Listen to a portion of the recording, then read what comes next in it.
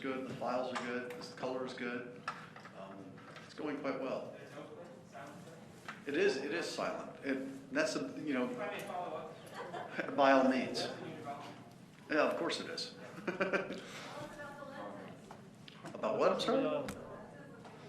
Oh, the lenses. The lenses are pretty much the same, but they are optically very pretty. Very pretty lenses. They good resolution, high quality. They weigh about the same, which is always a concern. But the lenses, yeah, I hear. Yeah, I think they are. I'm looking at my audio experts in the back, and they're scratching their head just a bit, but they're true experts in the industry in the back of the room back there. But we are still working here. Are you two supposed to? Alex, thank you. You're doing great. Are we done? No. Oh. Sorry. My apologies to the rest of the room. I'm just trying to help here. Ooh, that sounded bad at that moment. 1, 2, 3, 4, 5, 6, 7, 8, 9, 10. 1, 2, 3, 4, 5, 6, 7, 8, 9, 10. This is the audio check. This is the audio check. We are doing a check of the audio in a lovely room in Geneva, Switzerland, which I've only been to a couple of times. Lovely city. Lake looked beautiful. Gosh, I wish I'd had a chance to get out and about. Well, that's not going to happen. Is this the thoughts? I hear it. I hear a little something there. I'm not sure quite. Amanda. Unfortunately, I do not do impressions or interpretations. 1, 2, 3, 4, 5, 6, 7, 8, 9, 10. 1, 2, 3, 4, 5, 6, 7, 8, 9, 10. Weird. And I don't think we're going to be able to get rid of it, but I'm happy, but they're trying to get rid of something. They probably want to get rid of me at this stage, huh? Right? Nothing new there. Yeah.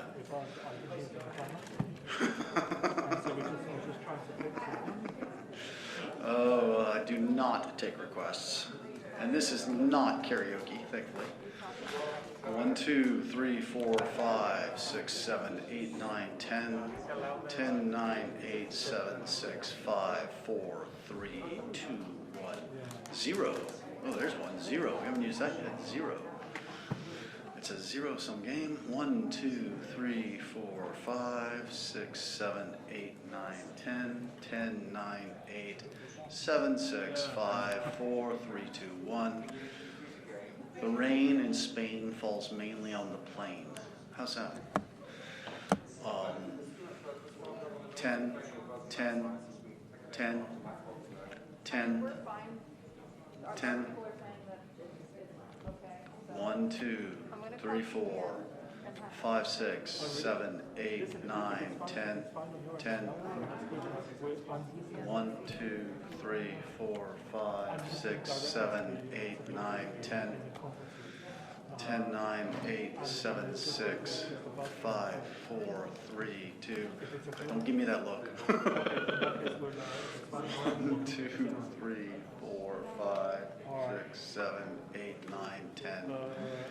10, 9, 8, 7, 6, 5, 4, 3, 2, 1, 1, 2, 3, 4, 5. Oh, thank God. Cheers.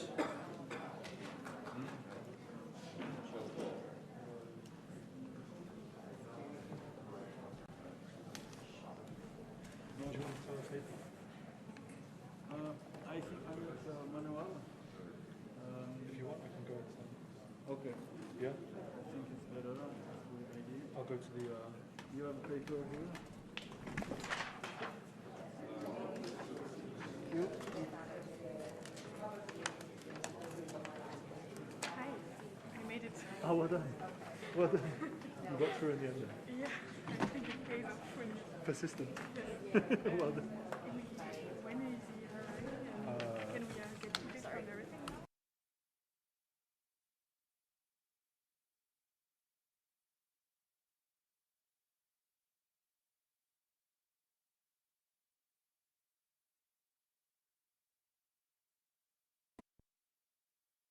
They have finished the presentation. Okay. Okay, I'll go. Anna. Yeah, sure. Thank you.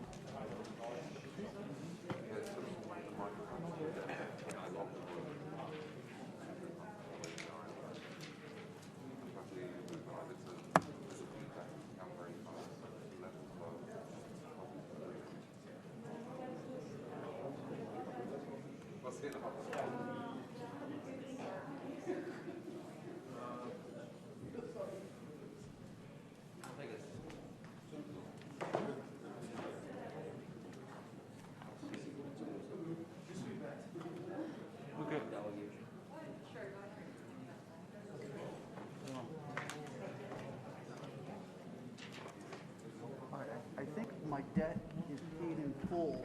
Oh, They took it. oh my God, that's so funny.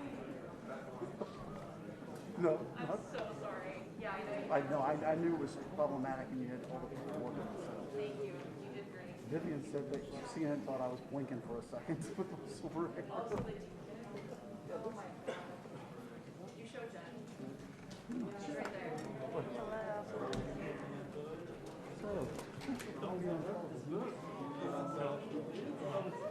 Vivian said That maybe the headline. Yeah, I heard it. lovely hair. Back. They said it's fine. It's not like. Yeah, no, it's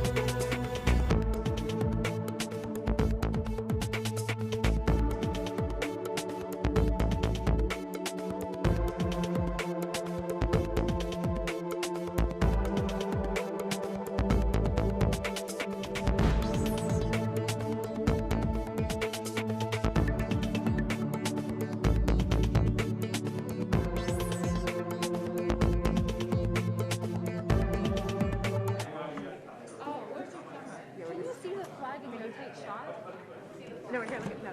Here it is. See it in? Yeah, it's in the show. It's plenty of time. Oh, so should I move it back? See, there it is. Is this looking like it's on time? should be a little bit over though.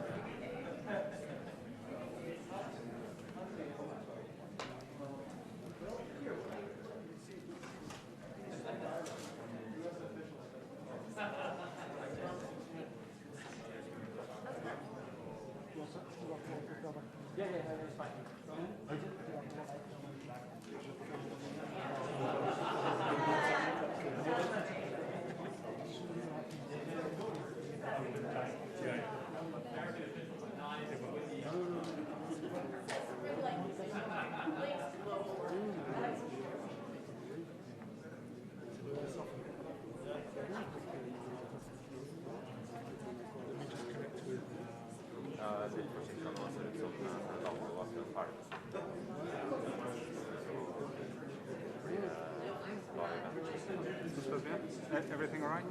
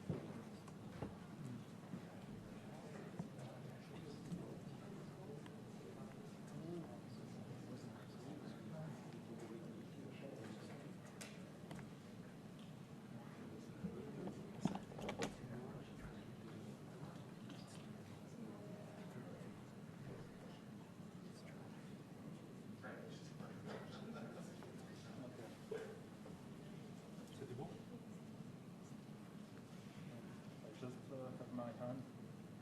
When you see my hand just after it's okay. So Sarah's got the microphone. Mic too. She's over there. Okay.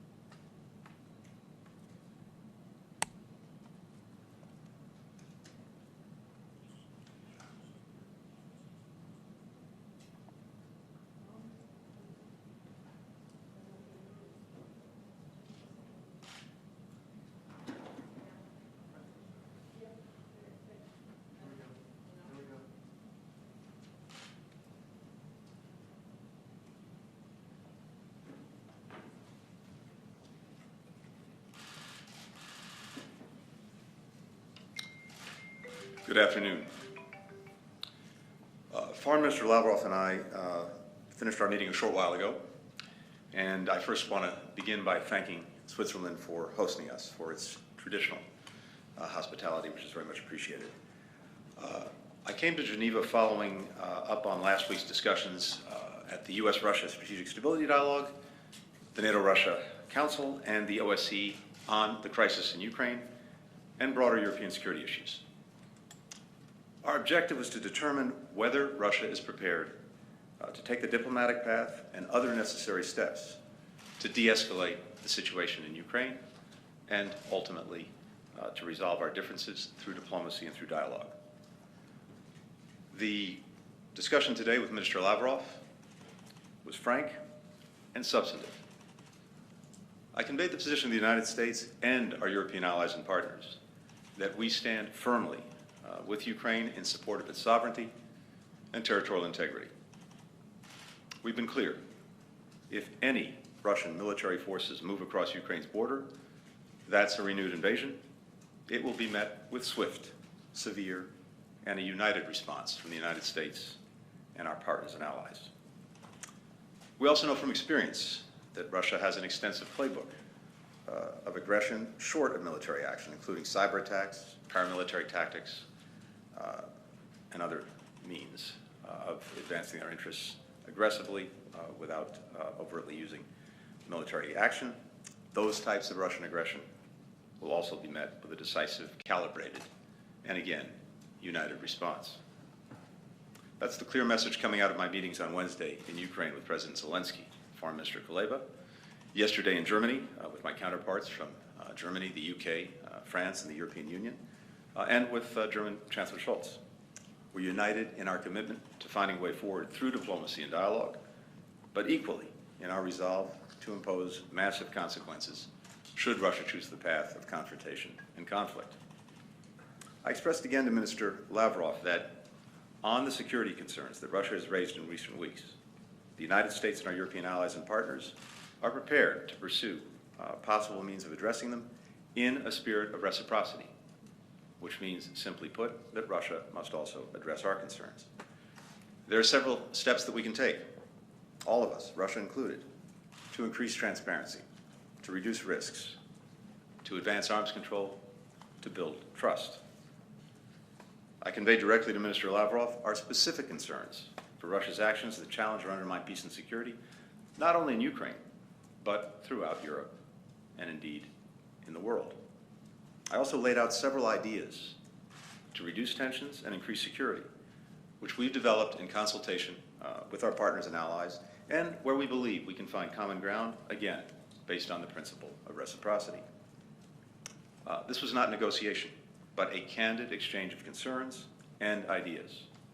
I made clear to Minister Lavrov that there are certain issues and fundamental principles that the United States and our partners and allies are committed to defend.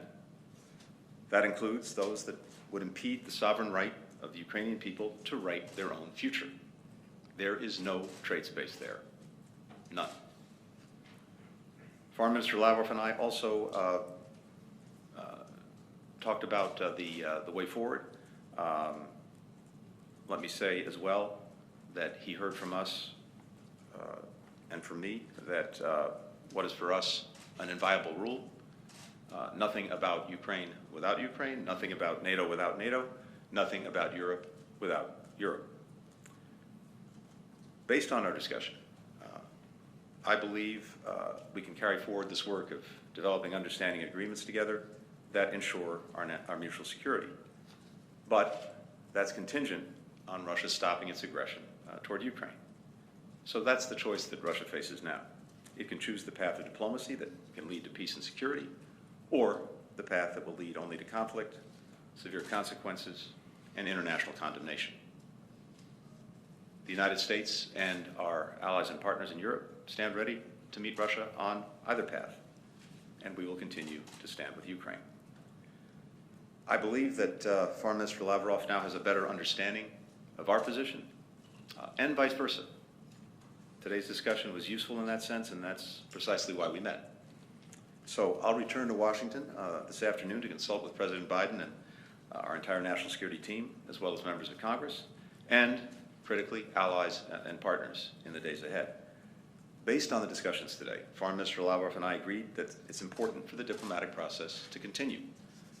I told him that following the consultations that we'll have in the coming days with allies and partners, we anticipate that we will be able to share with Russia our concerns and ideas in more detail and in writing next week. And we agreed to further discussions after that. We agreed as well that further diplomatic discussions would be the preferable way forward. But again, it is really up to Russia to decide which path it will pursue.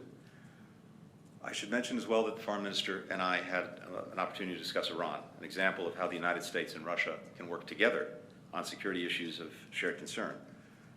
The talks with Iran about a mutual return to compliance with the JCPOA have reached a decisive moment.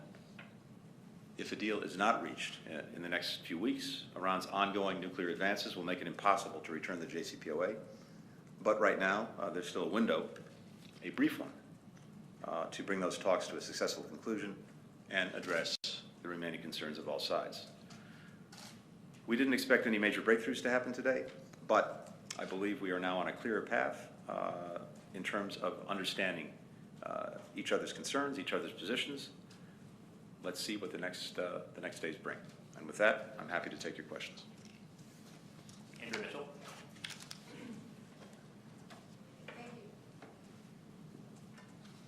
Thank you, Mr. Secretary. Mr. Lavrov has spoken today about hysterical rhetoric, what he calls hysterical rhetoric from the West about an invasion he claims to provoke Ukraine. And President Biden said that with what has happened so far, that he believes that Putin will move in because he's got to do something.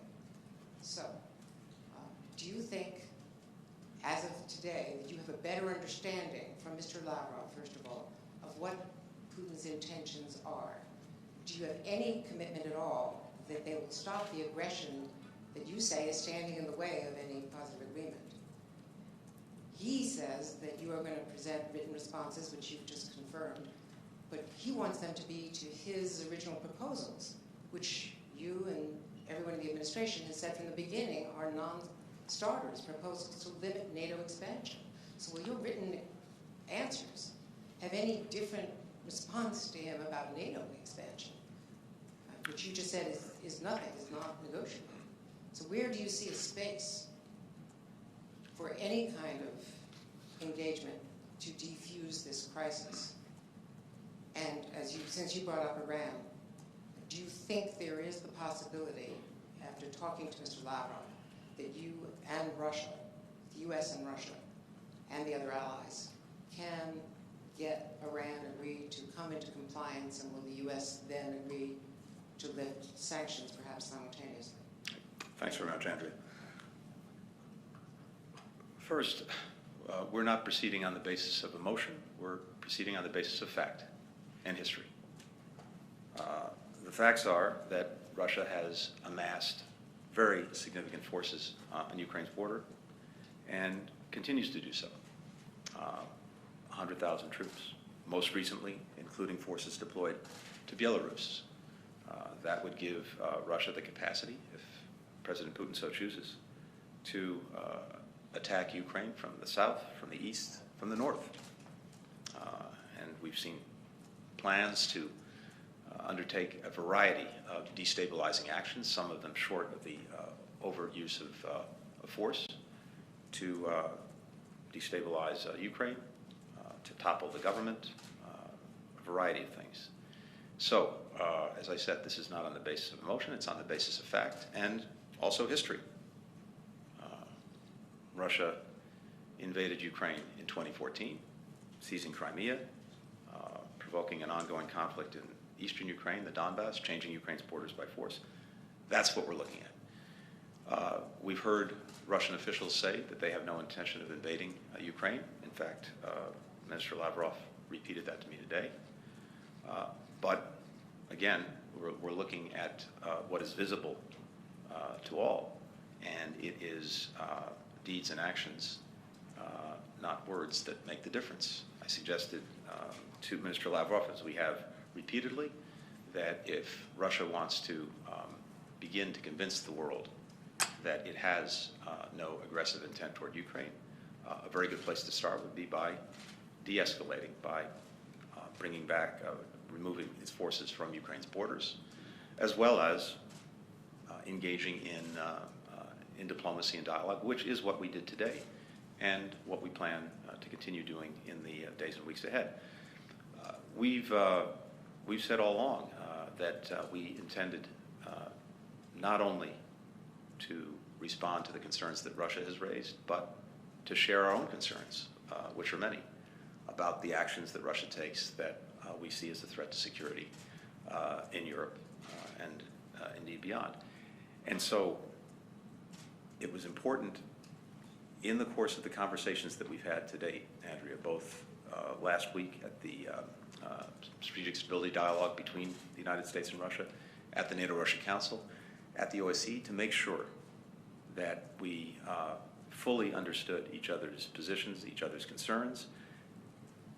After that, and after consulting very intensely with allies and partners, President Biden wanted me to have this opportunity, having digested what we've heard over the last week, and presumably the Russians having had an opportunity to discuss what they'd heard initially from us with President Putin, to really see where we are directly with Foreign Minister Lavrov, to determine whether there is a path forward for dialogue and for diplomacy, and then to look at how we would pursue that. And again, what was agreed today, which was that we will share with Russia a response to the concerns it's raised, our own concerns, and put some ideas on the table for consideration.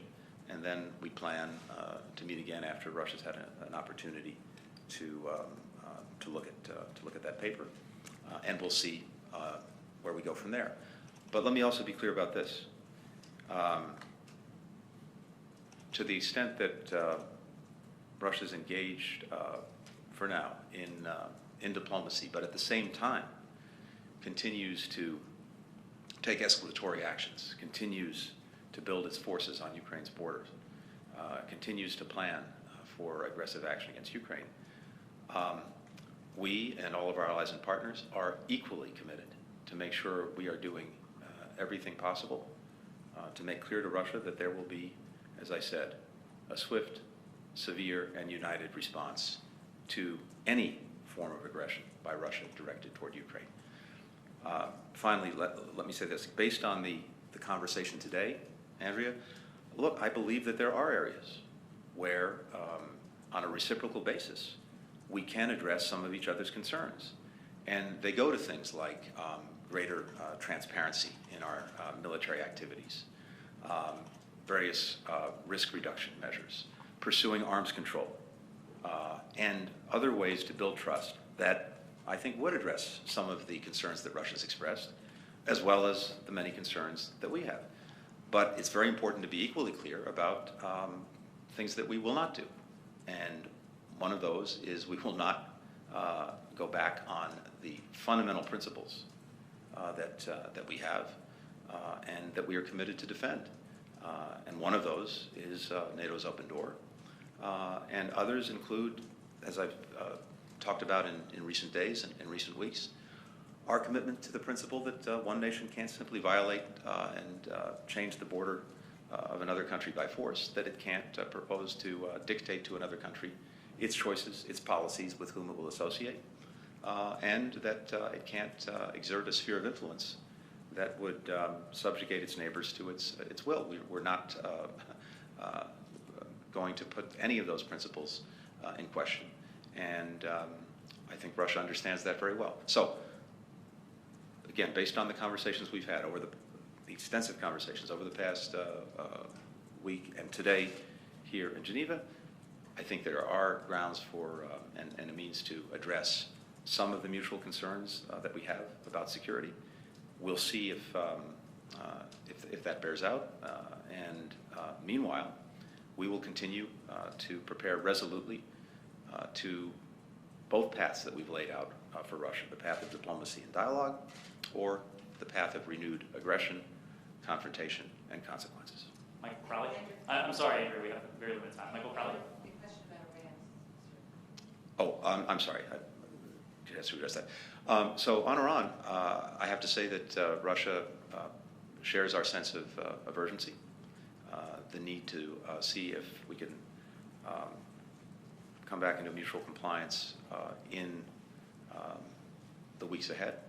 And we hope that Russia will use the influence that it has and relationship that it has with Iran to impress upon Iran that sense of urgency, and equally that if we're unable to do that because Iran refuses to undertake the obligations that are necessary, that we will pursue a different path in dealing with the danger posed by Iran's renewed nuclear program, a program that had been put in a box by the agreement that we had reached in the past, the JCPOA, and that unfortunately has now escaped from that box as a result of us pulling out of the agreement and Iran restarting its dangerous program.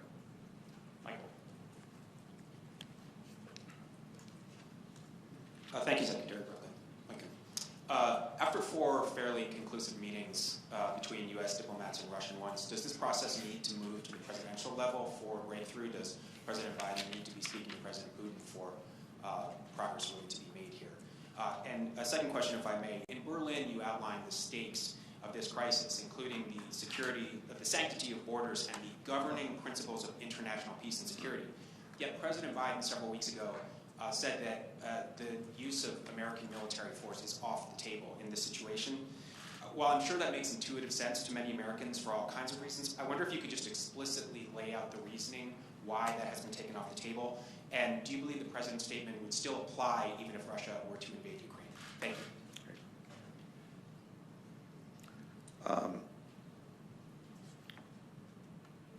First, on the second part of the question, we have made clear and done a number of things in support and defense of Ukraine that will continue. First and foremost, we have worked in very close coordination with allies and partners to develop and make clear to Russia the consequences from renewed aggression against Ukraine. And that is an important component of deterring and dissuading Russia from engaging in that course. At the same time, we have proceeded with providing Ukraine with significant defensive military assistance. In fact, in this year alone, more than at any time since 2014. That continues. Allies and partners are doing the same. And finally, we've worked very closely with allies and partners to begin to plan for the reinforcement of NATO itself on its eastern flank in the event of further Russian aggression against Ukraine. All of these things to make clear to Russia the costs and consequences of its potential actions. We think that's the best and most effective way to convince Russia not to engage in further aggression against Ukraine. Ukraine is a very valued partner of the United States and other countries in Europe as well. But our Article 5 commitment extends to NATO allies, something that we are deeply committed to. Ukraine is not a member of NATO. It's not covered by the Article 5 commitment, but a determination to do everything we can to defend it and to prevent or deter aggression directed toward it. And as I said, we will continue all of those efforts in the coming days and coming weeks, even as we test whether the path to a diplomatic resolution is possible. And I'm sorry, the first part of the question? Dialogue between the presidents to Oh, yes. Thank you. what we've agreed today is that we will share in writing next week our ideas, our response to concerns that Russia's raised, concerns that we have that we will share again in writing with Russia. We intend, based on the conversation today, based on that paper as well as the paper we received from Russia, to have follow-on conversations after that. Initially, at least at the level of foreign ministers, and if it proves useful and productive for the two presidents to meet, to talk, to engage, to try to carry things forward, I think we're fully prepared to do that. President Biden has met here in Geneva with President Putin. He's spoken to him on the phone or via video conference on a number of occasions. And if we conclude, the Russians conclude, that the best way to resolve things is through a further conversation between them, we're certainly prepared to do that. Ben Hall. Secretary, thank you. I was wondering if, as you keep coming back for more dialogue, more talks with the Russians, they continue to act. They continue to mass troops. They continue to destabilize Ukraine. Economically, it's facing a number of hardships. Would you acknowledge the harm they have already done just through their aggressive actions? And in turn, why would you not consider sanctions at this point? There's bipartisan support for them in the US. Ukraine have called for them. Why not? And then a second question. You've said time and time again that the pretext Russia gives for their aggression are false. There's no basis in fact. I'm curious if Secretary of Foreign Minister Lavrov sits opposite you, looks you in the eye, and tells you lies to your face. And if so, why humour them with a response? Why humour them with written responses next week if that's the case? Great. Thanks, Sam. First, again, we're not waiting to take action to counter Russia. As I said a moment ago, we've committed more security assistance to Ukraine in the past year, I think something like $650 million, than at any previous time, going back to 2014 when Russia invaded Ukraine. We're continuing to provide that assistance. We have additional deliveries that are scheduled in the coming weeks. As I noted as well, we've been engaged in extensive diplomacy around the world, rallying allies and partners together in the face of Russian aggression against Ukraine. Yesterday, we announced actions against agents of Russian influence who are operating in Ukraine and who are seeking to destabilize the country. And again, as I've said, we've made it clear to Russia that they would face swift, severe costs to their economy if they move forward with further invasion of Ukraine, as well as the reinforcement of NATO along its eastern flank. We engage in diplomacy and dialogue. That's my job. But at the same time, we are embarked on a path of defense and deterrence. These things are not mutually inconsistent. In fact, they reinforce each other. So even as we're talking, if the Russians are continuing to escalate and to build up, we are continuing to strengthen everything we're doing in terms of the assistance we're providing to Ukraine for its defense, in terms of the work we're doing at NATO to prepare as necessary to further reinforce the alliance, and continuing to define and refine massive consequences for Russia with our allies and partners when it comes to financial, economic, and other sanctions. So we're doing both at the same time. Now, when it comes to the conversations we have, I think the charitable interpretation would be that sometimes we in Russia have different interpretations of history. And I have to say today, we certainly heard things that we strongly disagree with in terms of that history. But by and large, the conversation was not polemical. It was direct, businesslike, and I think in that sense useful. And it's important to test whether we can, again, resolve these differences through diplomacy and dialogue. That's clearly the preferable way to do it. It's clearly the responsible way to do that, but it's also up to Russia. We'll take a final question from Laurent Berhalter. Thank you. Laurent Vercoulter, Swiss Television, RTS. I wanted to talk about the measures that can be taken to de-escalate the situation. You mentioned them from both sides. If you could specify them again and tell us an idea of the timeline, how soon it must happen, which comes first. In the bigger picture, what do you think the Kremlin wants in this current situation? Well, that last question is probably best addressed to President Putin because, in a sense, only he really knows, and I'll come back to that in a minute.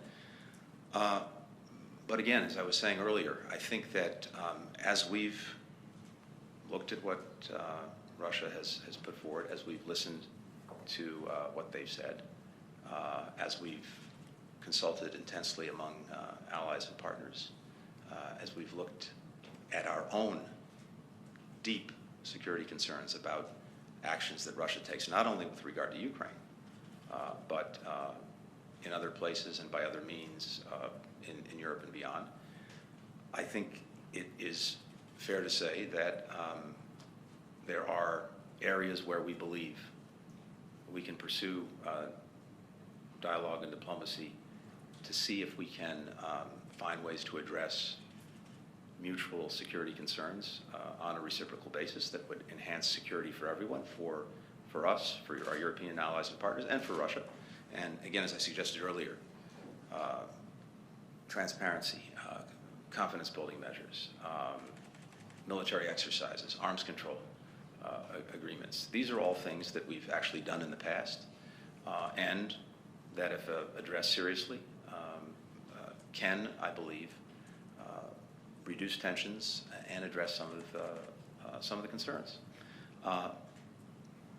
But again, that remains to be seen whether we can do that in a meaningful way. And there again, it depends, I think, on what Russia actually wants. That is the right question.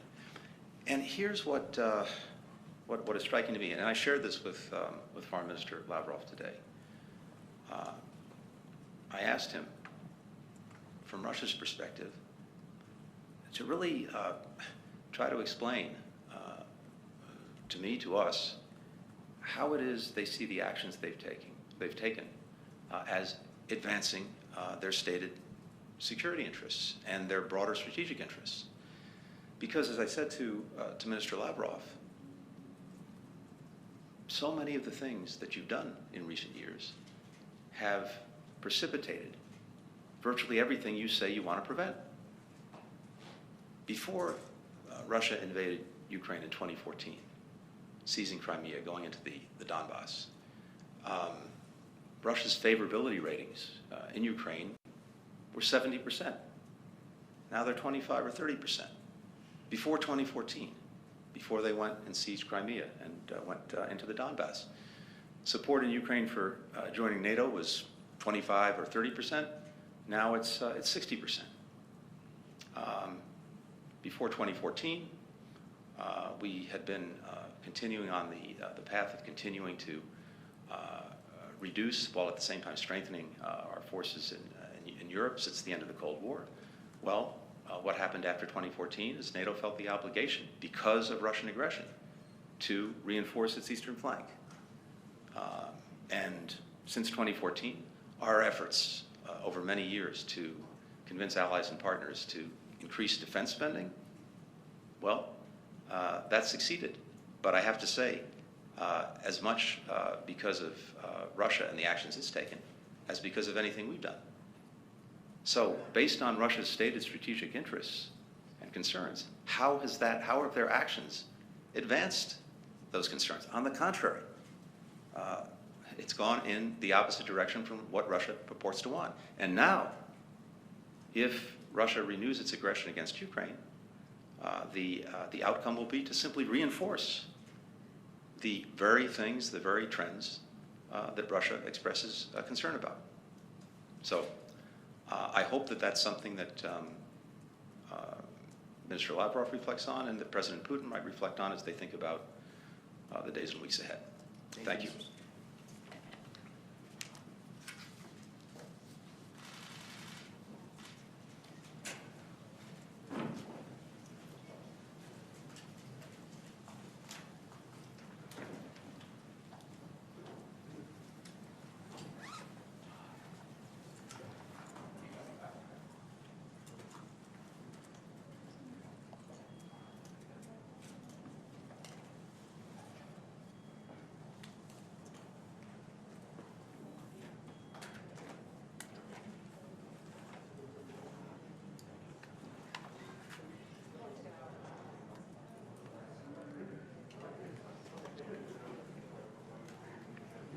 go blow the light.